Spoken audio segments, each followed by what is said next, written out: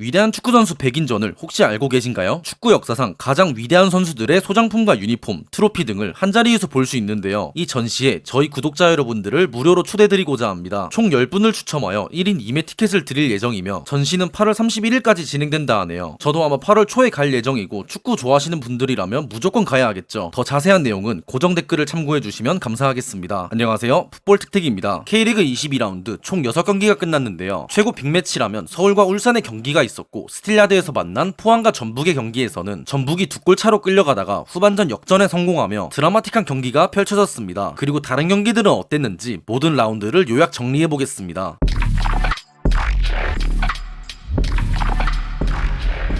킥오프 1자순으로 모든 경기를 볼 텐데요. 우선 대구와 김천의 경기입니다. 이동경이 내어준 공을 박상혁이 슈팅해 먼저 골문을 열었지만 이동경이 패스하는 타이밍에 박상혁의 위치가 옵사이드였기 때문에 아쉽게 득점이 취소되었죠. 김천의 중원 간격이 벌어진 틈을 노려 세징야가 볼을 끌고 올라갑니다. 좌측에서 프리로 풀린 김주공에게 패스에 1대1을 붙게 만드는 선택지도 있었지만 세징야는 직접 더 몰고 들어가 슈팅까지 마무리했는데요. 이 슈팅이 그대로 골문으로 빨려 들어가면서 1대0으로 앞서가는 대구입니다. 추가골은 머지않아 터졌는데요. 세징야 가 박스 안을 타겟해 높은 크로스를 올렸습니다. 이 공은 한종무가 먼저 헤더를 따냈고 그대로 흐른 공을 땅에 닿기도 전에 김주홍의 멋진 다이빙 헤더가 나오며 전반 이른 시간부터 2대0으로 앞서가게 됩니다. 김천의 오인표와 이동준이 우측면에서 2대1의 수적 우위를 바탕으로 상대 채널 사이 공간을 아주 절묘하게 공략했는데요. 여기서 이동준의 컷백이 골키퍼와 빈 공간으로 배달됐고 대구의 수비시야 뒤에서 튀어나온 박상혁이 발만 툭 대며 방향을 바꾼 슈팅을 때리죠. 하지만 골라인에 걸치며 득점인지 아닌지 애매했던 장면입니다만 주심이 득점 인정을 하며 한 골 따라 붙는 김천입니다. 전방으로 나가려다가 커트당하며 공수 밸런스를 빠르게 잡지 못해 중앙을 비워주며 일시적으로 대구의 라인이 무너졌는데요. 이 틈을 놓치지 않고 중앙 공간으로 공격에 가담한 김강산이 볼을 받습니다. 지체 없이 슈팅을 때리며 약 3번 정도 굴절이 됐는데 다소 행운이 따른 득점이 터지며 승부는 원점으로 갔죠. 그리고 경기 종료 직전 전병관의 측면에서 시공간적 여유를 가진 채로 퀄리티 높은 크로스를 올리는데요. 원기종이 편하게 뛰어올라 머리로 역전골을 터뜨렸고 그대로 경기는 종료됐습니다. 점유율은 약 4대6 정도였고 슈팅은 양팀이 비슷하게 때렸지만 골 기대값에서 거의 한 골 차이가 난다는 것은 김천이 더욱 질 좋은 슈팅을 쐈다고 해석할 수 있겠습니다. 최종 스코어 2대3입니다.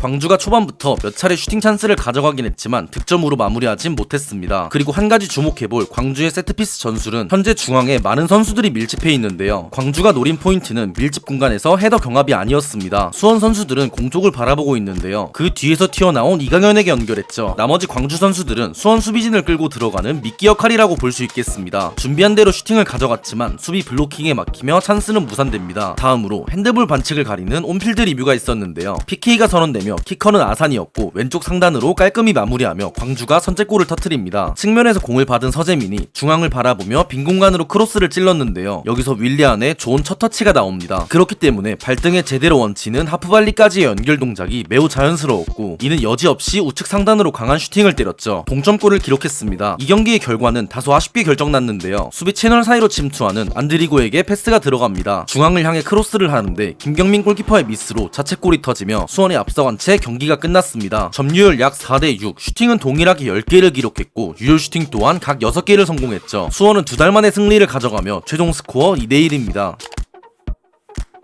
전반 14분 골문이 비어있는 상태로 콤파니오에게 찬스가 나왔지만 이동희의 6탄 방어가 빛났는데요. 발만 툭 갖다 댄다면 무조건 들어가는 공을 높은 집중력을 발휘해 인상적인 수비를 보여줬습니다. 거의 한 골을 막은 것이나 다름없죠. 전북이 수비 대형을 좌측으로 시프트하는 장면에서 대형 전체가 움직이는 것보다 몇몇 선수만 이동하며 센터백 사이에 공간이 벌어졌고 박진섭과 홍정호의 위치 또한 겹쳤습니다. 이 틈을 놓치지 않고 홍윤상이 적절한 침투 움직임을 가져감과 동시에 신광훈이 로빙 스루 패스를 찔러줬죠. 홍윤상이 골키퍼 다리 사이로 손쉽게 마무리하며 한 골 먼저 앞서 나갑니다. 약 10분 뒤 이호재의 중거리 원더골까지 터지며 전반전을 2골 차이로 마무리하는 포항이었죠. 후반전 빠른 교체로 투입된 티아고와 이승우 그리고 강상윤이 만들어낸 세련된 3자 플레이가 나왔는데요. 이승우가 몰고 들어가다 강상윤에게 내준 뒤 곧바로 침투 움직임을 가져갑니다. 그리고 티아고에게 전달되며 박스 앞까지 단 몇 번의 패스만으로 들어오는 데 성공하죠. 티아고가 재차 전진 패스를 찌르는데 좋은 오프더블 움직임을 가져간 이승우 발 앞에 정확히 떨어집니다. 터치 한 번으로 수비 2명을 벗겨낸 이승우가 페드링요가 감각적인 칩슛으로 이번 시즌 그의 첫 골이자 추격의 불씨를 살리게 되었죠. 왼발 킥력이 좋은 권창훈이 하프스페이스로 진입하며 전방 대각 시야를 전부 열어둔 채로 편하게 크로스를 올렸습니다. 티아고가 헤딩으로 한 골 더 따라붙으며 스코어는 동점으로 돌아갔는데요. 여기서 아주 신박한 세레모니를 보여줍니다. 갑자기 경기장을 떠나버리는데요. 경기 후 인터뷰에 따르면 화장실이 급했는데 득점 이후 라커룸으로 가는 길이 가까워서 바로 뛰어 들어갈 수밖에 없었다고 합니다. 그렇게 경고 한 장을 받고 다음부터 화장실이 급하면 이야기를 하라며 주심에게 한 소리 들었다고 하네요. 그리고 후반전 추가 시간 총 6분 중에 절반이 지난 시점이었습니다. 왼쪽에서 권창훈이 올린 공을 이호재의 불운한 자책골이 나오며 결국 포항은 역전을 당하고 말았죠. 점유율 약 4대6, 슈팅은 포항이 3개 더 기록했지만 유효 슈팅 부분에서는 전북이 2개 더 성공했습니다. 포획 감독의 전북은 이번 시즌 정말 강한 모습을 보여주고 있는데요. 2골 차이로 끌려가다가도 결국 역전승을 이뤄내며 최종 스코어는 2대3이었죠.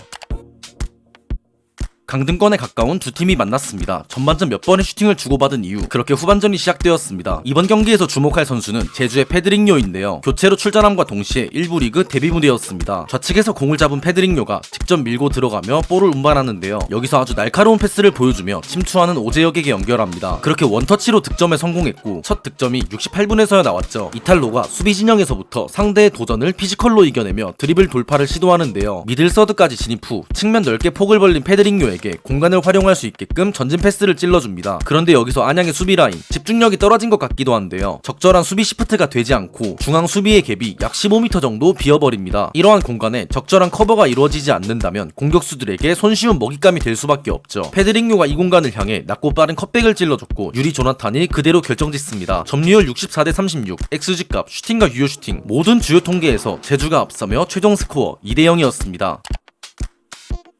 공이 지나간 뒤 박청혁 골키퍼의 태클이 들어왔습니다. 이런 경우는 여지없이 PK 선언인데요. 하지만 본인의 실책을 PK 선방으로 직접 만회하며 책임져줍니다. 대전 입장에서는 주민규의 아쉬운 실축으로 인해 먼저 앞서 나갈 기회를 잃어버렸죠. 하지만 강원은 또다시 박스 안에서 반칙을 범했는데요. 핸드볼 반칙으로 인해 주심이 곧바로 PK를 찍었고 김현욱이 깔끔하게 마무리함과 동시에 먼저 앞서 나가는 대전입니다. 낮은 위치에서 끊어내고 빠르게 역습을 나가는 장면인데요. 공간으로 뛰어가는 정재희를 향해 에르난데스가 정확한 전진 패스를 보냈죠. 정재희가 박스 근처에서 반대편 주민규를 향해 크로스했는데요. 박스 안에서 힘으로 버티고 아군 선수에게 떨궈주는 플레이는 K리그에서 주민규가 제일 잘한다고 볼 수 있죠. 이번에도 버텨주고 내주며 뛰어드는 에르난데스가 슈팅을 시도합니다. 아주 빠르거나 강한 임팩트가 걸리진 않았지만 골키퍼가 막을 수 없는 구간으로 빨려 들어가며 대전이 두 골을 먼저 넣습니다. 강원의 매직은 후반전 추가 시간부터였는데요. 신민아가 공중볼을 따내며 떨구고 우당탕탕하다가 모재현이 밀어넣었죠. 그렇게 한 골 따라 붙고 다음 장면에서도 전방으로 길게 붙인 공을 박호영이 떨궈줬는데요. 김건희가 등지며 공을 지킵니다. 그리고 한번 접어버리며 골키퍼와 1대1 장면을 만들죠. 경기 종료 직전 미친 듯한 침착함으로 니어 포스트에 꽂아 넣었습니다. 이창근 골키퍼는 파포스트 쪽을 예상했던 것 같은데요. 완벽하게 역동작에 걸리며 어떠한 대응도 하지 못했습니다. 추가 시간 서커스 플레이로 어찌저찌 동점을 만든 채로 끝내긴 했죠. 대전 이창근 골키퍼의 선방, 만약 이런 장면들에서 하나라도 막지 못했다면 대전은 다량 실점을 할 뻔했습니다. 이창근 골키퍼가 정말 많이 막아준 것 같네요. 슈팅과 유효 슈팅, 강원이 각종 지표에서 근소하게 앞섰으며 대전은 5경기 연속 무승부 기록을 이어갔고 최종 스코어 2대2였습니다.